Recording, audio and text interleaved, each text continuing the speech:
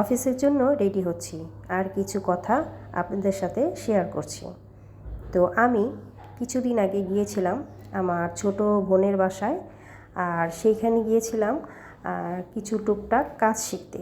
তো আপনাদের সাথে শেয়ার করি যে আমি কি কাজ শিখেছি, কেন শিখেছি।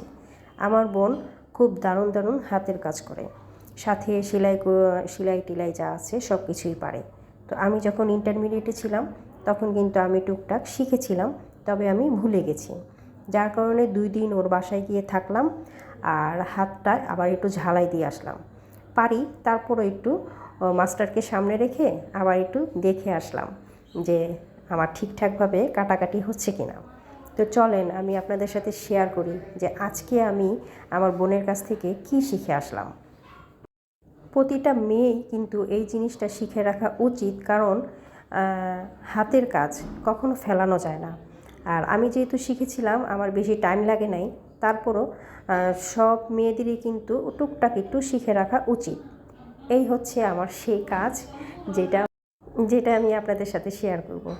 এটা হচ্ছে আমাদের অতি প্রয়োজনীয় জামা কাটা, পাজামা কাটা, মানে কাটিং যেটাকে বলে। আমার বোন আমাকে এত সুন্দর করে, খুব সুন্দর করে একটা একটা করে স্টেপ ধরে ধরে, হাত ধরে ধরে শিখাই দিছে। তা এখন মনে হয় না আমার মাথা থেকে আর এটা যাবে।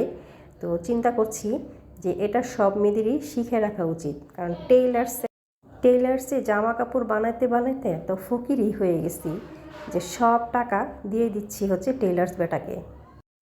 এর জন্য আমার বোন বলল, আপু তুমি তো টুকটাক কাজ পারো, তো একটা মেশিন কিনে নিও আর আমার কাছে আসো, আমি তোমার মাথাটা আর একটু ঝালাই করে দিই, তাহলে তুমি কাটিংটা খুব ভালোভাবে পারবা।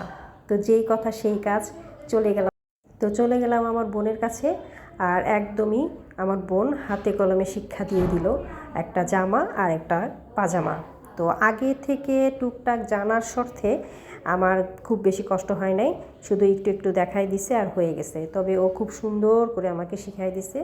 এটা কিন্তু প্রতিটা মেয়ের শিখে রাখা উচিত, কারণ কখন কি আপনার প্রয়োজন পড়ে যায়, একটা হাতের কাজ জানা থাকলে ভালো হয়।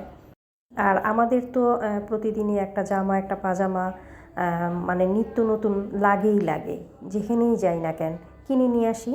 আর একটা জামা পাজামা যদি শিখা থাকে, তাহলে টেলার্স যেই বেটারা আমাদের কাছ থেকে এত টাকা নিতে পারে না, প্রচুর মজুরি দিতে হয় না।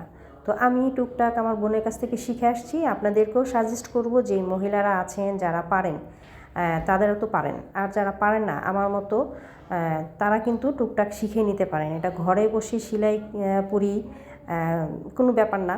আমি হাতের কাজের মাশাআল্লাহ সব ধরনের কাজই পারি, শুধু এই কাটিংটাই ভুলে গিয়েছিলাম, মাথা থেকে চলে গেছিলো।